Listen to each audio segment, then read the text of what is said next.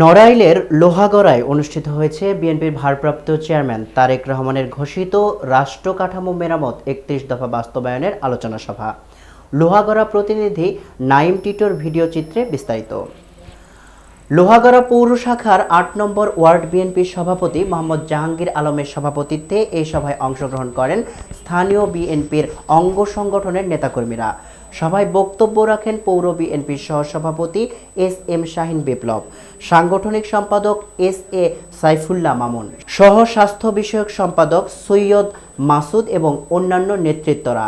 তারা বলেন, তারেক রহমান বাংলাদেশের রাজনৈতিক ইতিহাসে একটি আইকন। তার ঘোষিত ৩১ দফা দেশের রাজনীতি ও প্রশাসনিক কাঠামোকে মেরামতের জন্য অত্যন্ত গুরুত্বপূর্ণ। বক্তারা আরও বলেন, এই ৩১ দফার বাস্তবায়িত হলে বাংলাদেশ হবে একটি সুগঠিত ও উন্নত রাষ্ট্র।